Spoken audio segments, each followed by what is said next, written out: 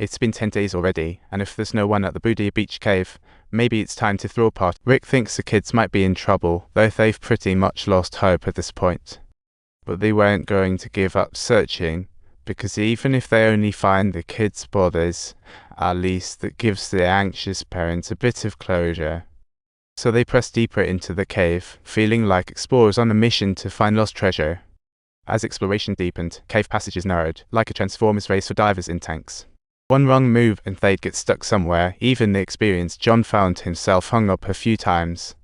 Fortunately, thanks to his strong will, he always managed to squeeze through, and they continued on like superheroes in a movie. Finally, just as another bundle of rope was about to run out, they broke the surface, and it felt like a big party. But unlike before, they suddenly caught a whiff of something funny, like the scent of a delicious takeout.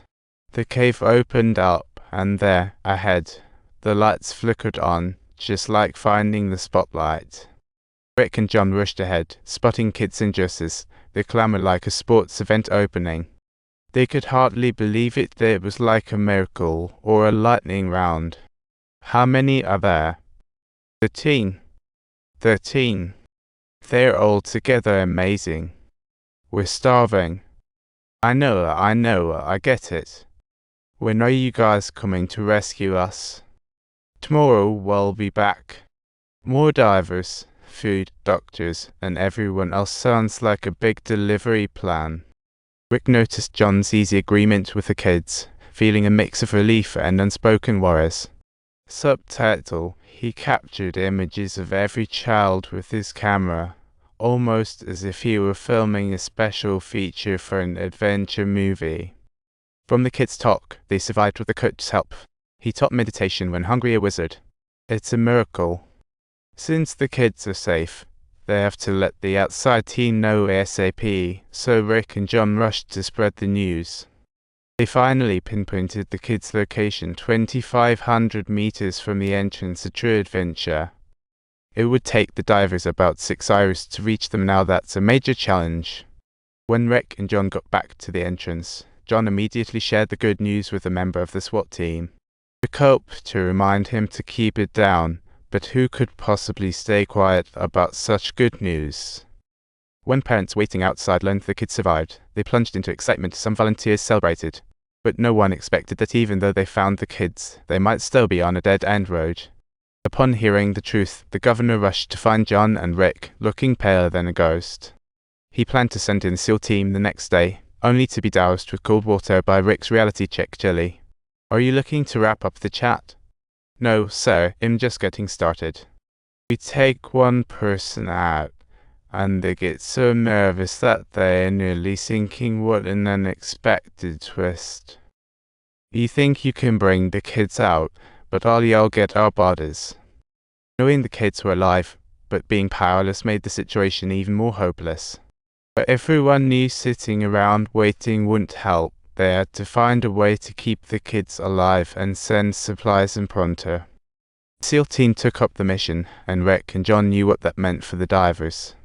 So they volunteered to share their diving experience, handing out precious survival secrets like candy.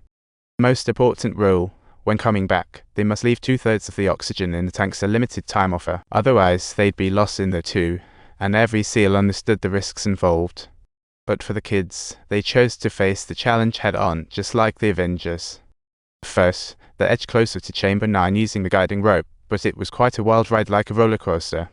Some members nearly got stuck in narrow tunnels, but thankfully they helped each other out, extending their dive time.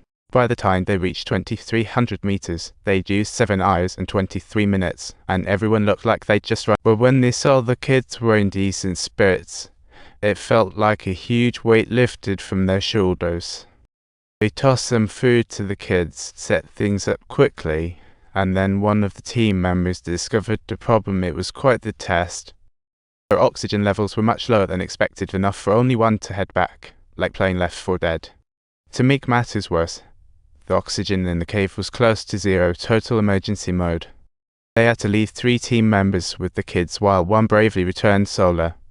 Times L, the air not sign o mat o Armenian R times I circumflex o mat Armenian J Arabic set a half Arabic letter 6a3 not sign e letter 1 f3 letter G paragraph o stroke half e o of 3/4 pound sign e grov c still a symbol 36 c micro 0 e grov micro a mat Cyrillic letter 4a1 letter 1 e f e circumflex divide by pound.